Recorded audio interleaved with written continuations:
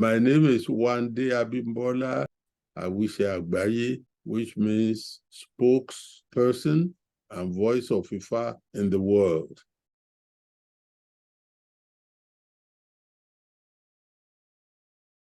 I was born in a village about 7 miles from Oyo town in Nigeria. My interest in Yoruba culture is very much rooted in my early life in that village. In the village where I was born, nobody had ever gone to school.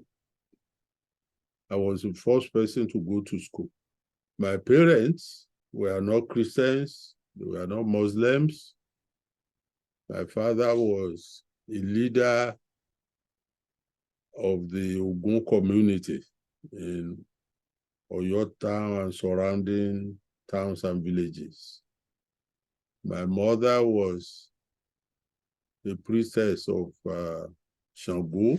They all had a very, very long life. My father fought in the First World War. He died in 1971 at the age of 105. My mother, who was a priest or priestess of Shango, the Yoruba thunder and lightning divinity, died in the year 2007 at the age of 112. And both of them were in excellent good health up till a few months before they died. So in that village, I learned from my mother and from my uncle, the famous Ijala artist, Awulenuma Wolong Adeyemo. I learned Ijala from him. I also learned from my mother. My mother was a genius in many ways. She could chant the literature of more than 20 Orishas. She could chant Ijala. She could chant the literature of Kabiyesi Shango, the literature of Oshun, of Oya. So I learned more from my mother, but I also learned Ifá my early life. And I had gone very far in my knowledge of the Ifá corpus before I went to school at the age of 12. That village was a perfect setting to imbibe our culture. Even though we all went to work early in the morning on the farms, but everybody will come back like around 6 p.m. and they will be doing so many things related to our culture. For example, they may be making sacrifices to an Orisha, or they may be doing divination. And I took interest in all those things. And since I didn't start going to school until I was exactly 12, I had the opportunity to learn from my parents and from other people around.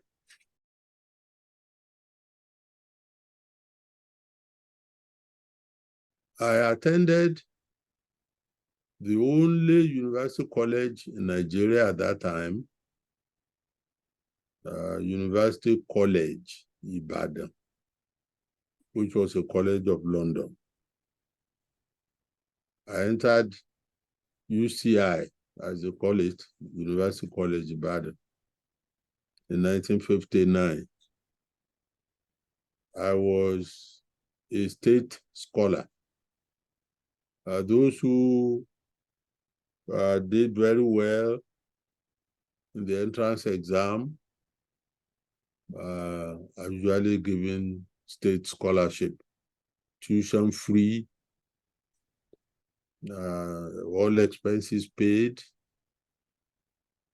So after a preliminary year, 1 year of preliminary studies, the remaining 3 years I spent in the Department of History and graduated with a honors degree in history in 1963. If you are a honors student, you all the last 3 years of your studentship in the university at that time will be devoted to only one subject, and that was history. But about 6 months before we were to do our final exam, I responded to an advert in which the university was looking for a junior research fellow in Yoruba studies. So I attended the interview and I was selected 6 months before we even did our final exam. And the university at that time had what they call Institute of African Studies.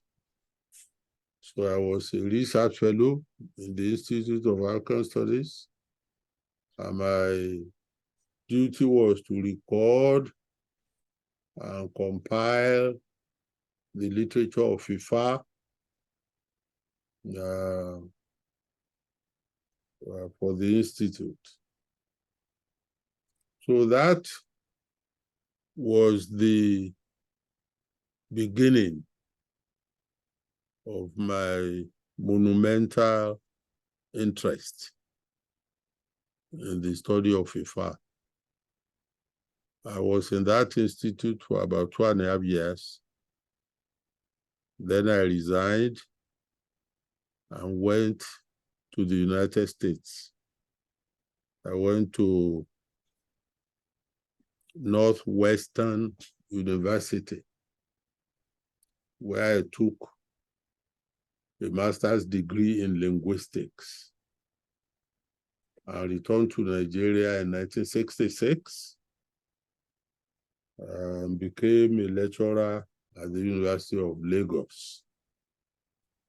The University of Lagos had just started a department of, actually it was like a program in the Institute of African Nation Studies of the University of Lagos, a program, a BA degree program in Yoruba studies. So there were 3 of us there. The leader of the group was a much more elderly person who had his own PhD in literature, using the chants of Ijala as his example. So he took a PhD from the University of London. So he became my supervisor. So I took my own PhD under him in 1970. His name is late Professor Adeboye Babalola, a pioneer in the field of Yoruba studies.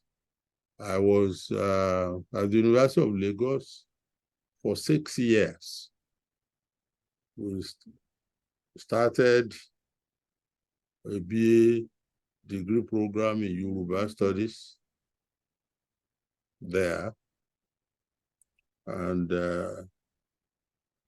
in the year 1976, I transferred to the University of Ife, Ile-Ife, which is now known as Obafemi Awolowo University, Ile-Ife. I was appointed by that university to start a degree program in Yoruba studies.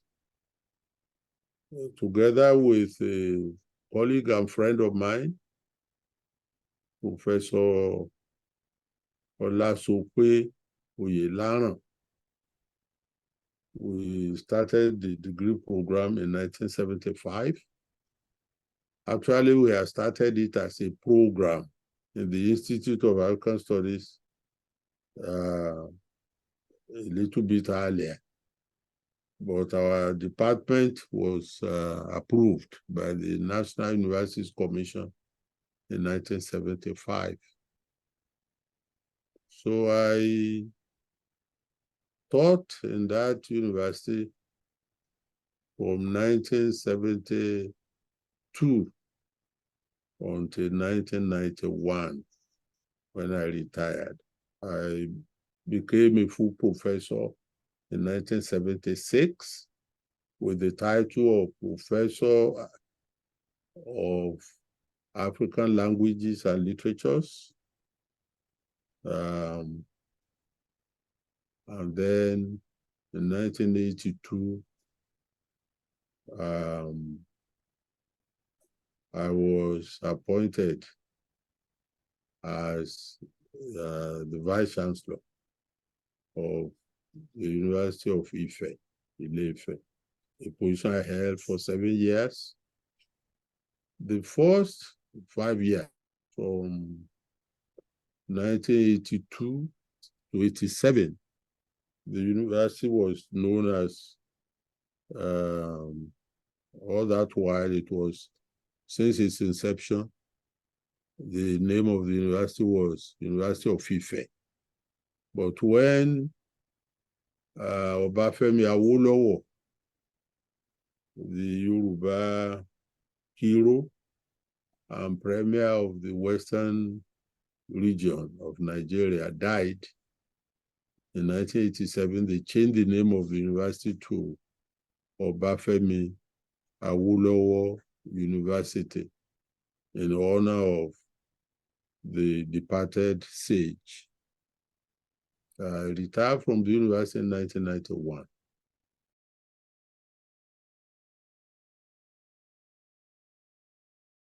Oh, it's pathetic. There are two main pillars of any identity, cultural identity. The first one is belief. The second one is language. Both are now languishing very much in Nigeria. It's not only Nigeria alone, in the entire African continent. Even though they teach Yoruba as a subject in primary school and secondary school, and there are bachelor's degrees, master's, PhD degrees that people can enroll in and study at the university level. That's it. There's nowhere in Nigeria where anybody uses his mother tongue in the process of education from primary school through secondary school to university level. All the languages of Africa, except Arabic, are very badly underdeveloped, and it's a great pity. Our children no longer speak fluently any of those languages, since we don't use them in the process of education. It's a great pity and nobody is paying any attention to it. Of course, our indigenous religions have been relegated to the background. So I took it upon me as my own life's work to be in the forefront of a vanguard to preserve our indigenous religions and our indigenous languages. I don't know, we haven't made much success at all. It's only in the last few months that 4 of the 7 Yoruba states in Nigeria, 4 of them granted a holiday to celebrate Yoruba religion. That holiday is August 20. Whereas the Christians celebrate Christmas, they celebrate so many other days in the year for their religion. The Muslims also have so many days to celebrate their religion. That is the very first time that we are given even only one day to celebrate our indigenous religion.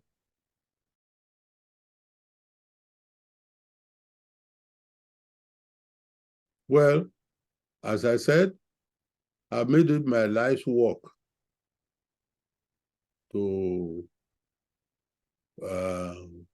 be part of a vanguard to bring to the forefront the need for us to preserve our indigenous languages and our indigenous religions. To this end, through the years, I have put in place so many radio and television programs in the 1960s, in the 1970s, in the 1980s, up till now. And in the year 1981, I founded a worldwide organization known as International Congress of Orisha Tradition and Culture. We had, I think, like 11 or 12 congresses around the world.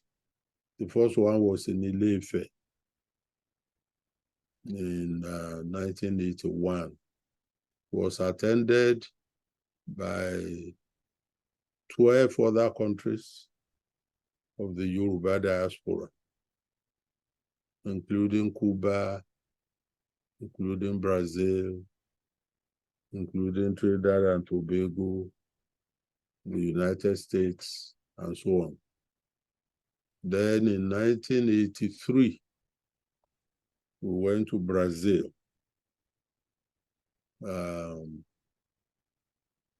And we staged altogether 4 congresses in Brazil. 1983, 1990, 1995, I think.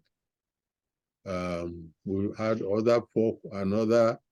other places where we staged worldwide congresses were Cuba, the year 2003, United States, the year 1997, Trinidad and Tobago in the year 1999. And the rest of the congresses took place in Nigeria. The last one happened in the year 2013. During those congresses, some of which were attended by thousands of people, people were able to meet their counterparts all over the world. They made friends, and there was an academic aspect to it too, where people could read papers. So many sessions of chanting and singing. It was a major factor in the revival of Yoruba culture in the world. The Yoruba have more than any other people of Africa. They have a fantastic diaspora. For example, in Brazil, out of the 205 million people of Brazil, the Yoruba-speaking people were enslaved and taken to Brazil are in excess of 60 million. I traveled to Brazil more than 20 times from 1975 up till about 2006. The same thing with Cuba. I started visiting Cuba in 1974, and I continue to visit Cuba up till now. Same thing with Trinidad and Tobago. Not even to talk of the United States, where I now live. I have taken it upon myself to do the little bit I can to revive our culture. In the year 2008, first of all, in the year 2005, UNESCO, I submitted a recommendation to UNESCO so that they could proclaim Ifá as a masterpiece. So in the year 2005, Ifá was proclaimed as a masterpiece of the oral and intangible heritage of humanity, alongside with 85 other significant cultural aspects of so many other countries in the year 2005. And soon after, UNESCO asked me to start a school where we could, young people could study Ifá. That school was established in the year 2008, and is still thriving till now, even though we don't have support from anybody. Running the school with my own mega resources. But the school is still going on. It's a 2-year college. We have 5 departments. There is the Department of Ifá Studies. Any student admitted into this 2-year school must be able to learn 2 verses, 2 stories of Ifá in each of the 256 books of Ifá. Must learn it by heart and to be able to regurgitate it and tell us what each one is all about. I think the last of the 5 departments in the Ifá Heritage Institute is Department of Yoruba Indigenous Art. So for example, the art of ileke, beads like this, how to string them, how to make ileke with, how to make a shoe with ileke, how to make so many things like this wooden thing that Babalawos handle. There's a version of it with beads. Those are the departments. And to date, we have graduated in excess of 400 students in that school. Started in 2008 and it's still going strong.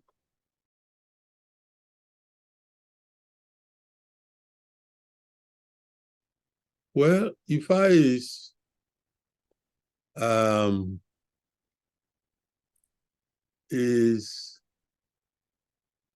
you can say that the Yoruba culture is based on Ifá. Ifá teaches us about our history, about our mythology, teaches us about the world in which we live, all the history of the Yoruba people and their neighbors, teaches us about animals, insects, rivers, vegetation,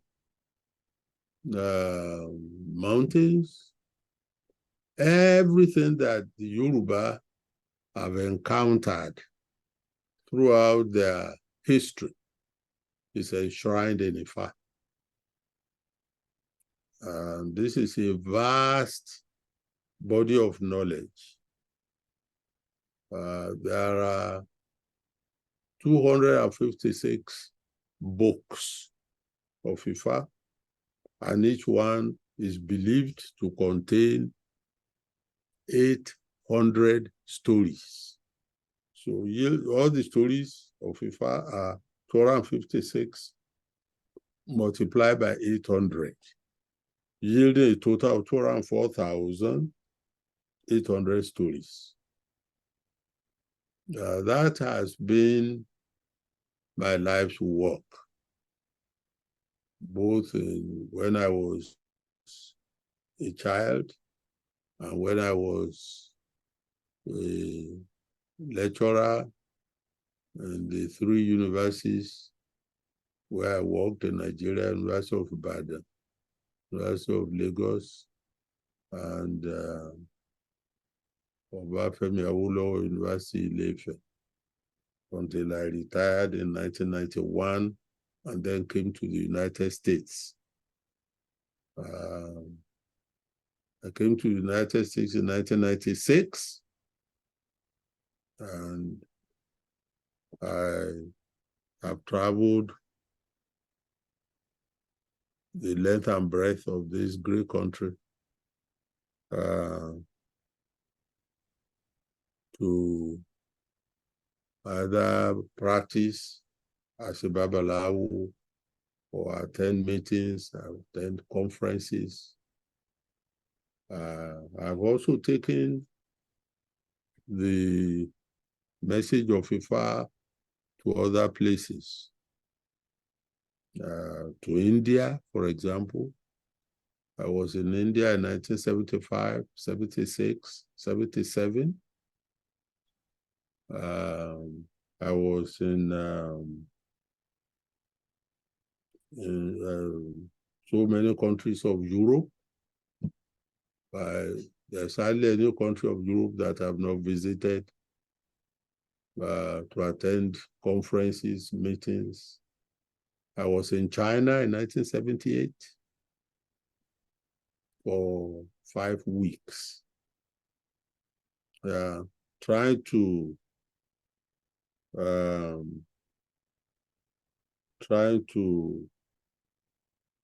concretize title. You know, my title in Ifá is Orisha Àgbáyé, spokesperson of Ifá in the world. I try to live up to that every day of my life.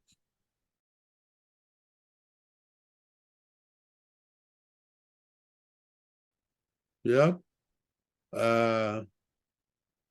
As an academic, you have to publish. Most of my publications revolve around Ifá. My PhD thesis of 1970 was published as a book by Oxford University Press in 1976 under the title Ifá, an Exposition of Ifá Literary Corpus. I have published 2 other books written in English on Ifá. In the year 1975, UNESCO commissioned me to write a book on Ifá. UNESCO, Paris, the United Nations Educational, Scientific, and Cultural Organization based in Paris. So the title of the book is 16 Great Poems of Ifá. It's well known around the world. And then I published another book in the year 1997 entitled Ifá Will Mend Our Broken World. I published 3 books in the Yoruba language on Ifá. The first one was published in 1968 under the title Àwọn Ojú Odù Mẹ́rẹ̀ẹ̀rìndínlógún, Apá Kìíní. And the second part of it was published in 1969. Àwọn Ojú Odù Mẹ́rẹ̀ẹ̀rìndínlógún, Apá Kejì. In 1977, I think, was the 3rd book I published in Yoruba under the title. No, the first 2 published in the 60s. The title is Ìjìnlẹ̀ Ohùn Ẹnu Ifá, Apá Kìíní, 1968. Second one, Ìjìnlẹ̀ Ẹnu Ifá, Apá Kejì, 1969. The 3rd one has a different title, and that title is Àwọn Ojú Odù Mẹ́rẹ̀ẹ̀rìndínlógún. There is a major book which I edited in 1975 under the title Yoruba Oral Tradition, with the subtitle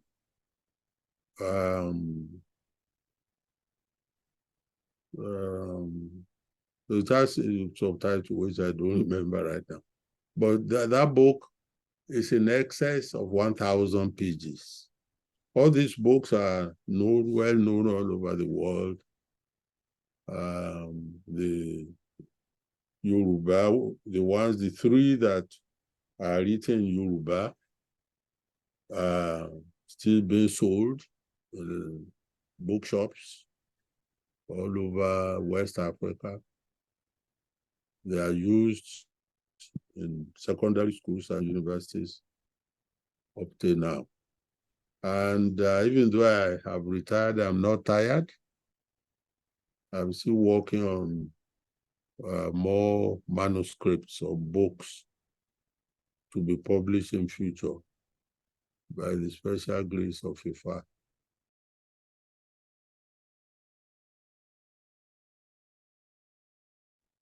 Thank you. I always say that Ifá is a special gift of the people of West Africa to the world. It is amazing to know that there is any such system of knowledge which is entirely oral and which has survived all the ravages of slavery, survived all the ravages of colonialism, and all the ravages of Islam and Christianity. Even though we've lost a good part of it, out of the 800 stories in each of the 256 books, we can still reclaim like 1/3 or 1/4 that people still use till today. It is something that the world needs to know about. People look down on African peoples thinking that they haven't made any contribution to knowledge. There are two contributions that African peoples, Black people, have made to knowledge. One is plastic arts, like all those images in wood, in bronze, in iron, in terracotta. The world knows a little bit about that, but they don't know much about Ifá. And I think in the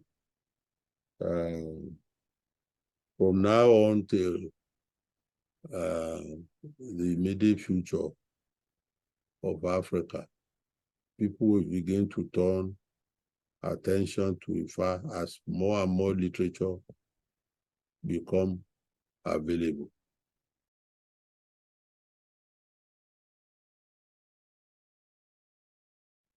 Well, largely as a result of those conferences, which I've talked about, Ifá has traveled a lot in the United States. I myself have initiated in excess of 200 people. There are other Babalawos, Ifá priests and priestesses who have initiated a lot, either when they come here to the US or people travel to West Africa for initiation. So I think our culture is spreading. There is the anthem of our Ifá Heritage Institute in Nigeria, which goes as follows. Ọ̀rẹ́ sáré tọ́fà lọ. Ọ̀rẹ́ sáré tọ́fà lọ. Bẹ́nìyàn ń tàn ọ́, ọmọ ṣe ìgbà o. Bẹ́nìyàn ń tàn ọ́, ọmọ ṣe ìgbà o. Òtítọ́ korò, Ifá ni ọ́ láyé. My friend, hasten, run to Ifá. If somebody is deceiving you, do not accept. truth is bitter. To Ifá belongs the future of the world.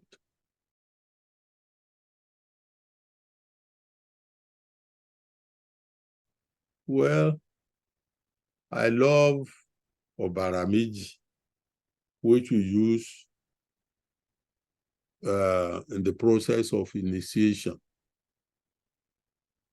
It could be a little bit long, maybe last like 5 minutes or 10. If I can try to chant or maybe abbreviate it a little bit.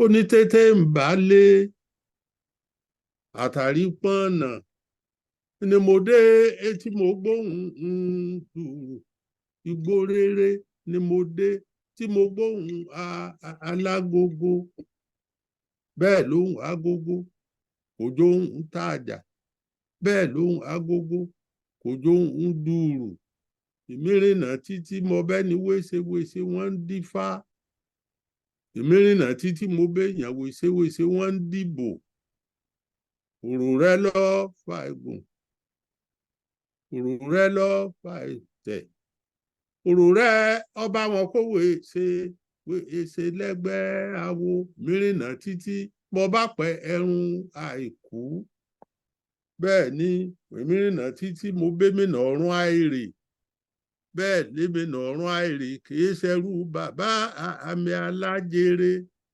ké ekèrè òrò rẹ wọn ọlágbà, bí wọn bá jí wọn á kówé ṣe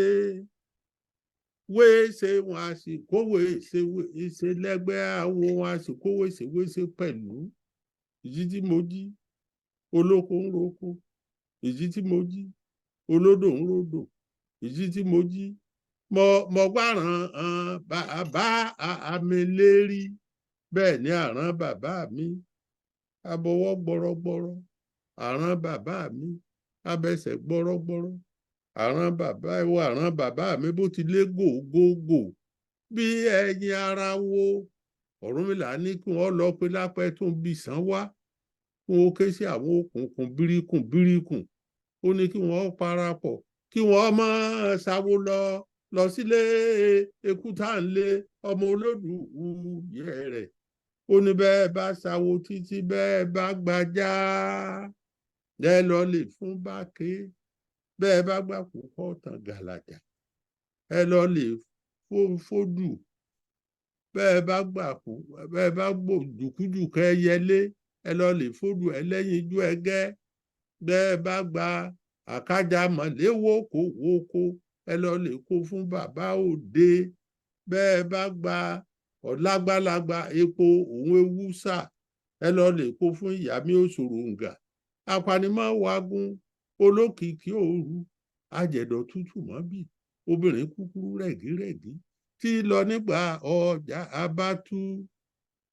oníbẹ́ẹ̀ bá ṣàwó títí bẹ́ẹ̀ bá gbọ́ tí a bọ́ dá, bẹ́ẹ̀ bá gbé ewúrẹ́ méjì àbámú rẹ́dẹ́rẹ́dẹ́ lọ́lé kó fún Ọ̀rúnmìlà wá, wọ́n wá ṣàwó títí wọ́n délé èkúta ńlé ọmọ olódù yẹ rẹ̀, wọ́n ṣàwó títí wọ́n gbajá, wọn ò fún báké mọ́, wọ́n gbà kókó tán gàlàjà, wọn ò fódù, wọ́n gbà kájà mọ̀ léwókòwókò, wọn ò kó fún bàbá òde mọ́, wọ́n wá gba ọ̀lágbálagbà epo ewúsà, wọn ò kó fún ìyàmí òṣòròǹgà, apanimọ̀ wagun olókìkí òru, àjẹ̀dọ̀ tútù mọ́bì, obìnrin kúkúrú rẹ̀gírẹ̀gí tí lọ nígbà ọjà abátú, wọ́n gbọ́ tí a bọ́ dá, wọ́n gbé ewúrẹ́ méjì àbámú rẹ́dẹ́rẹ́dẹ́, wọn kó fún Ọ̀rúnmìlà wá, Ọ̀rúnmìlà wá mú iṣu, ó fi sú wọn lójú, ó mú òkùnkùn ó fi kó wọn lójú bírí lójú ọdún méje náà lé oṣù méje náà lé ọjọ́ méje náà lé ọjọ́ mẹ́ta náà lé ààrẹ fùrẹ̀fù alẹ̀ tí wọ́n pè ní òní, wọ́n ní bọ́mọ ọba mọ bí tí ń rè ọmọ àṣìmọ́mọ́ ibi tó ti wá. Àwọn eṣinṣin ní forí sọ sẹ́rìn ìṣẹ́ṣẹ́ ooo. Àwọn ní tí ṣe fá fún wọn nílé Kútànlé ọmọ olójú yẹ̀rẹ̀. Wọ́n ní ta ni ó wá bá wọn bẹ́ẹ̀ o. Wọ́n ní ọwọ́ ọmọ ara ọ̀rẹ́ Ọ̀rúnmìlà ní ẹsẹ̀ ọmọ ara ọ̀rẹ́ Ọ̀rúnmìlà ní èèyàn kéé làwọn fẹ́ pa kẹ́pà ó tó jóni lọ́wọ́ mọ́. Ọ̀rẹ́ Ọ̀rúnmìlà ní àwọn ni wọ́n bá wọn bẹ Ọ̀rúnmìlà. Ọ̀rúnmìlà ní kí wọ́n tún parapọ̀ kí wọ́n máa sáwó lọ sílé Kútànlé ọmọ olódù yẹ̀rẹ̀. Ó ní bẹ́ẹ̀ bá sáwó títí tẹ́ bá gbajá ẹ lọ lè fún Báké. Bẹ́ẹ̀ bá gbà kókó tàn gàlàjà ẹ lọ lè fódù. Bẹ́ẹ̀ bá gbà kájà mọ̀léwókòwókò ẹ lọ lè fún bàbá òde. Bẹ́ẹ̀ bá gbà ọ̀lágbàlagbà epo òun ewúsà ẹ lọ lè kó fún ìyàmí òṣòròǹgà. Aṣanimọ̀wágún olókìkí òru ajẹ̀dọ̀ tútù mọ́bì obìnrin kúkúrú rẹ̀gírẹ̀gí tí lọ nígbà ọjà bá tú. Ó ní bẹ́ẹ̀ bá gbata tí ó ṣíjú bẹ́ẹ̀ bá gbòbí tí ọ̀làdọ̀. Bẹ́ẹ̀ bá gbọ́ tí a bọ́ dáa. Bẹ́ẹ̀ bá gbé ewúrẹ́ méjì àbàmú rẹ́dẹ́rẹ́dẹ́ ẹ lọ lè kó fún Ọ̀rúnmìlà wá. Wọ́n wá ṣàwo títí wọ́n délé Kútànlé ọmọ olódù yẹ̀rẹ̀. Wọ́n ṣàwo títí wọ́n gbajá wọ́n yára lọ lè kó fún Báké. Wọ́n gbà kókó tàn gàlàjà wọ́n yára lọ lè fódù. Wọ́n gbójúkújùkọ́ ẹyẹlé wọ́n yára lọ lè kó fódù ẹlẹ́yinjú ẹgẹ́. Wọ́n gbọ́ lágbàlagbà wọ́n gbọ́ àkájà mọ̀léwókòwókò wọ́n yára lọ lè kó fún bàbá òde. Wọ́n gba ọ̀lágbàlagbà epo ewúsà wọ́n yára lọ lè kó fún ìyàmí òṣòròǹgà. Apanimọ̀wágún olókìkí òru ajẹ̀dọ̀ tútù mọ́bì obìnrin kúkúrú rẹ̀gírẹ̀gí tí lọ nígbà ọjà bá tú. Wọ́n ṣàwo títí wọ́n wá délé Kútànlé ọmọ olódù yẹ̀rẹ̀. Wọ́n gbọ́ tí a bọ́ dáa. Wọ́n gbé ewúrẹ́ méjì àbàmú rẹ́dẹ́rẹ́dẹ́ wọ́n yára lọ lè kó fún Ọ̀rúnmìlà wá. Ọ̀rúnmìlà ní kí wọ́n lọ lè jáwé òyà wá kí wọ́n ra òyà méjì sí. Ó lọ dojú gboro àfin. Òrìyà yàmí lójú ń rí náà. Òrìyà kí n rí náà rájé kí n rí náà ráyà. Òrìyà yàmí lójú ń rí náà. Òrìyà kí n rí náà nílé àwo. Òrìyà yàmí lójú ń rí náà. Òrìyà. I like this verse, which is talking about travels of Ọ̀rúnmìlà. I went from one place to the other, including going to a place where it is always dark. There's very little or no sunlight. If I traveled there, if I traveled to a place where people were not enslaved, people were not buried correctly. So those dead people were not buried correctly, who are known as Imena or Wairi, refused to go back to heaven.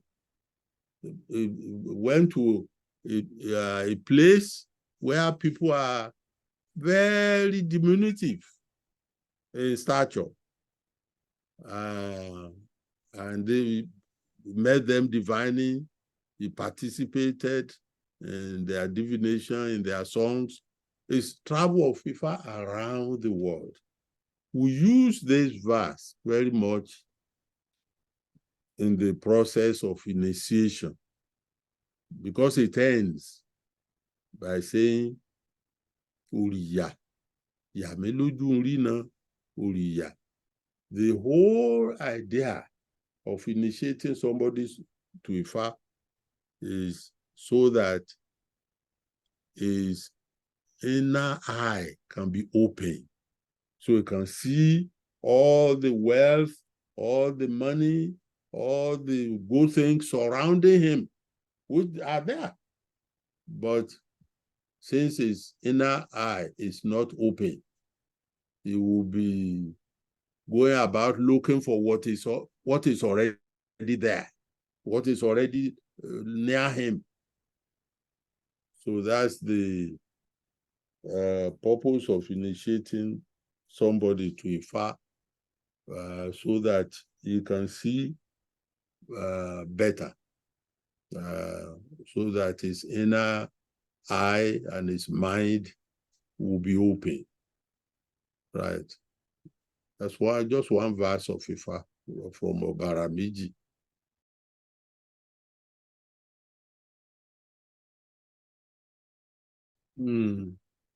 Well, I was involved in the politics and governance of Nigeria for a very brief period. From 1992 to 93, I was, well, actually before then, 1991 to 92, I was at the level of our Oyo State. I was an advisor to the state governor, the Oyo State governor, late the governor whose advisor I was has passed. But I was also, for about 2 months, an administrator during the process of transferring power from the military government to the civilian governor. I was the one who was an interim, like an interim governor for your state for 2 months, who transferred power from the military to the civilian. And then I became the advisor of that governor for about 6 months. Then later in the year 1992, I went through an election and became the senator, one of the three senators representing Oyo State in Nigeria. So that was at the beginning of the return to civil rule after so many years of military rule. So we went to Abuja, where I was elected as the Senate Majority Leader. As Senate Majority Leader, my duty was to present anything that Senate wants to discuss before Senate and to introduce it so that all the senators will know what it is in it, and then they can vote on it. Unfortunately, that Third Republic was short-lived. We were there for just almost exactly 1 year when General Abacha ousted us from power in Abuja in the year 1993. So I decided to return to my academic work. I work as a teacher at the tertiary level. So I was invited by Harvard University in the US. So I was at Harvard from 1996 to 7. And then later transferred to Boston University, Massachusetts, from 1997 to 2003.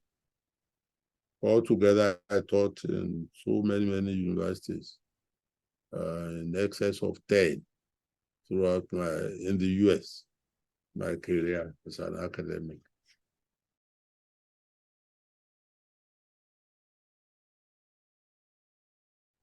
My advice is that this is a very important field. Sooner or later, Africa will have to return to the path of our ancestors. And it's already beginning. Even though I don't like military rule, but there is a string of countries of West Africa. These countries were former French colonies, where the military has taken over. And one of them, I think, is in Mali. They said that they will return to the use of indigenous languages. They don't want to use French anymore.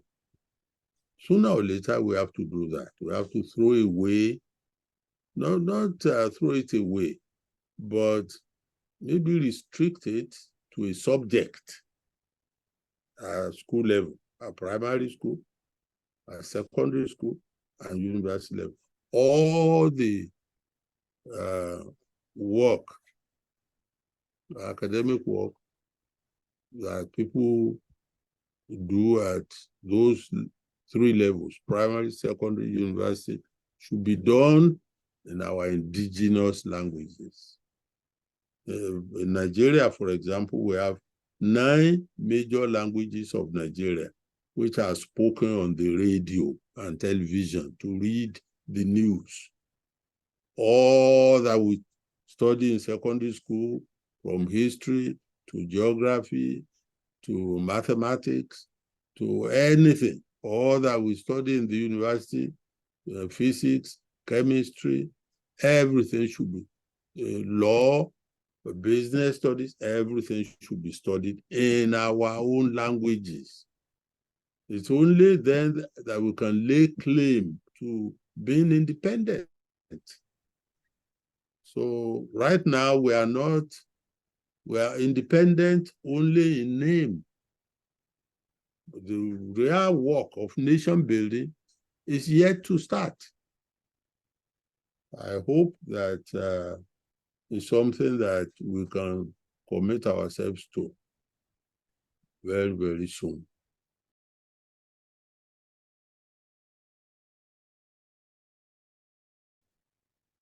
Well, I think what they mean by that is that Africans who have been converted to Islam and Christianity think that you can just go to church or to a mosque, pray and pray, so manna will fall down from heaven. You don't have to do much.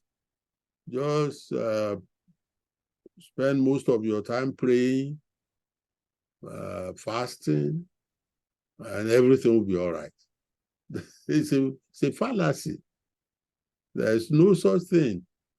Manna is not going to fall down from heaven. We have to help ourselves. The Almighty God helps only those who help themselves. So I think we've been badly Christianized and Islamized and bastardized, thinking that, once you are taking all these foreign religions to heart, there isn't much that you should do anymore. You still have to do your work. You still have to work hard. And being a Christian or Muslim should not mean throw away the autochthonous beliefs of your ancestors. That could be a way to still have a significant and important place for the ways and values of our ancestors. Right. The way Christianity was brought and Islam was brought, people thought that, oh, our own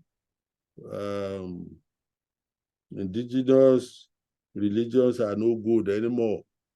Some people even go through a way to exorcise evil spirits in us. They think our ancestors are evil, and you should do something to remove that spirit from their ways before they can make any progress. All these are sad that all these things happen to us. Is a way to enslave us a second time. We shouldn't take all these things to heart. There is nothing wrong with the ways of our ancestors. That does not mean that people cannot be Christian. We are the Africans. Doesn't mean they cannot be Muslim. Many people are practicing all those religions already. But if we want to remain as Africans, and if we want to make a contribution to the world, there are certain things in our own culture too that we need to participate in. To throw away our indigenous values, hook, line, and sinker, is a mistake. And I have wrestled with that all my life.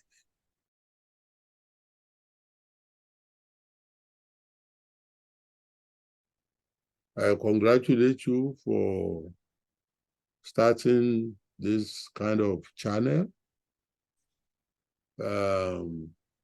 The whole world needs to listen and to learn from so many stories of African peoples that have not been told.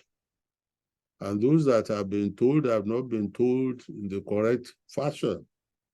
Tales told and retold should be something that we all should listen to benefit ourselves, to benefit our children.